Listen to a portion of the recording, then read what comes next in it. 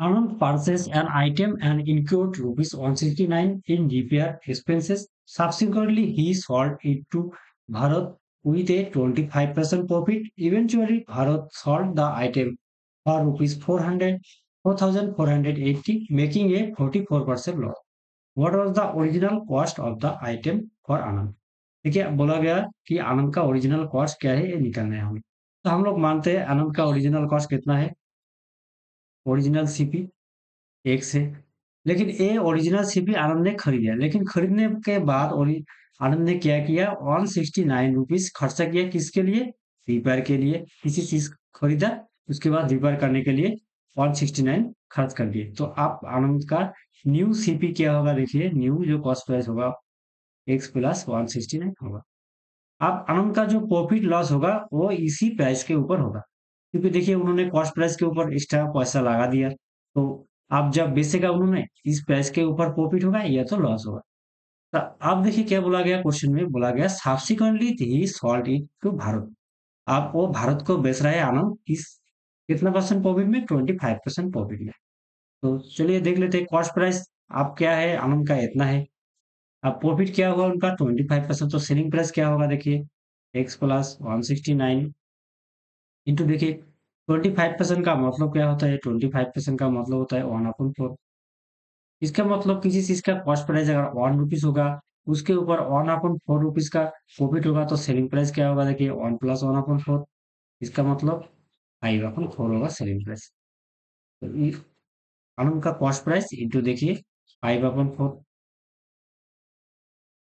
अब देखिए क्या है, अब बोला गया अब क्या किसने खरीदा? भारत ने खरीदा। अब भारत सॉल्व कर रहा है इस सेम चीजों को कितना रुपीस में? रुपीस 4,480 में। तब उनको कितना लॉस हो रहा है? भारत को 44% लॉस हो रहा है। अब देखिए ये भारत का क्या है? ये भारत का सीपी है। अब भारत ने बेचने जा रहा है, बेचने के टाइम उनको कितना परसेंट लॉस हो रहा है? 44%।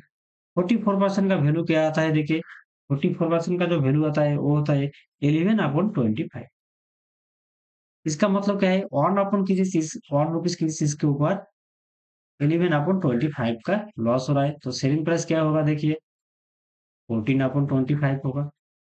तो ए वाला इंटू 14/25। ये करने के बाद कितना आ रहा है? Finally selling price 4,480।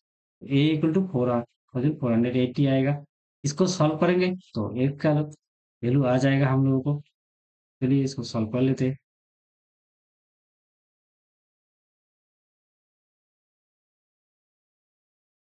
5 से इसको काट दो, 5×5 = 25। 2 से काट काट दो, 2×2 = 4, 7×2 = 40।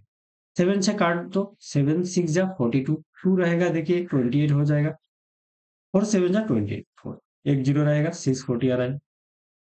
तो एक्स प्लस 169 इक्वल नीचे क्या आ रहा है? 5×2 = 10 इक्वल टू 640। तो देखिए क्रॉस मल्टीप्लाई करोगे तो क्या आएगा? X plus 169 equal to 10 into A करोगे तो 2 जीरो आ जाएगा, 6400।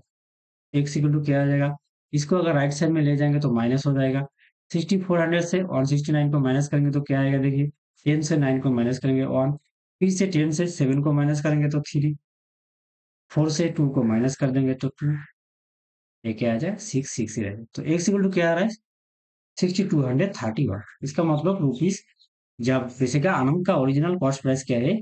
रुपीस 6231 है आनंद का ओरिजिनल कॉस्ट प्राइस। तो ये होगा राइट आंसर।